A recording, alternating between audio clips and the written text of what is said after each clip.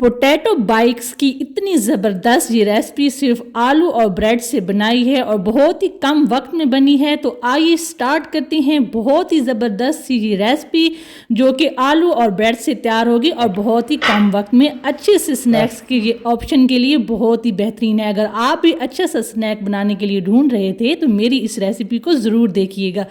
पहले आलूओं को बॉयल कर लेना है, बॉयल करके उनको अच्छे से मैश कर लेना है।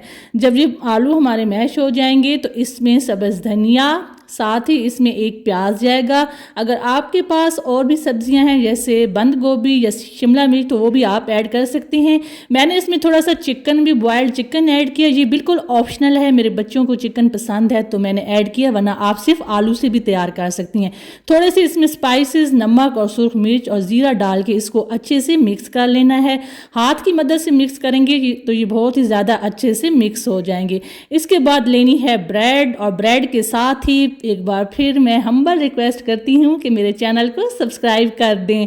अगर मेरे चैनल पे नए हैं तो जल्दी से अच्छा सा कमेंट और सब्सक्राइब कर दें। ब्रेड के जो किनारे हैं वो काट लेनी है और जो हमने आलूओं का मसाला रेडी किया है उसके इस तरह से कबाब की शेप में बना लेनी है और इसको फिर हमने ब्रेड में फिल करना है। ब्रेड को पहले अच्छे से पानी में डुबो के अच्छे से निचोड़ लेना है ताकि इसमें से सारा पानी निकल जाए। पोटैटो बाइट्स को क्रिस्पी बनाने के लिए आपने इसकी ब्रेड क्रम्स के साथ कोटिंग लाजमी करनी है। ये देखिए मैंने इसको अच्छे से इस मसाले को फिल किया और साथ ही इसको अच्छे से जोड़ दिया ताकि मसाला इसमें अच्छे से कवर हो जाए।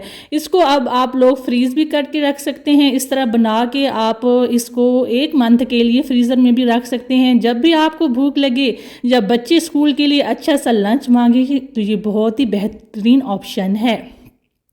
अब अंडे को मैंने किया है, अंडे को फ्राई नहीं किया, अंडे को मैंने फेंट लिया है और इसमें से डिप किया इन पोटैटो बाइट्स को और साथ ही ब्रेड क्रम्स लगाए इस पर और इसको मैं अब करने लगी हूँ शैलो फ्राई। शैलो फ्राई ज़रा करते वक्त ये ख्याल रखना है कि आपने ऑयल ज़्यादा डालना है, बिल्कुल डीप फ्राई भी नहीं है और ये शैलो फ्राई भी नहीं है, ये कुछ दरमियाना फ्राई है। अब मैं इसको क्या बोलूँ, बस इतना हो कि ये इसमें आधे आधे डिप हो जाएं। तो फिर आपने इसको चारों साइड से फ्राई करना है, 2 साइड से फ्राई नहीं करना, चारों साइड से करना है ताकि ये अच्छे से पक जाएँ और इनका बहुत ही प्यारा सा कलर आ जाए।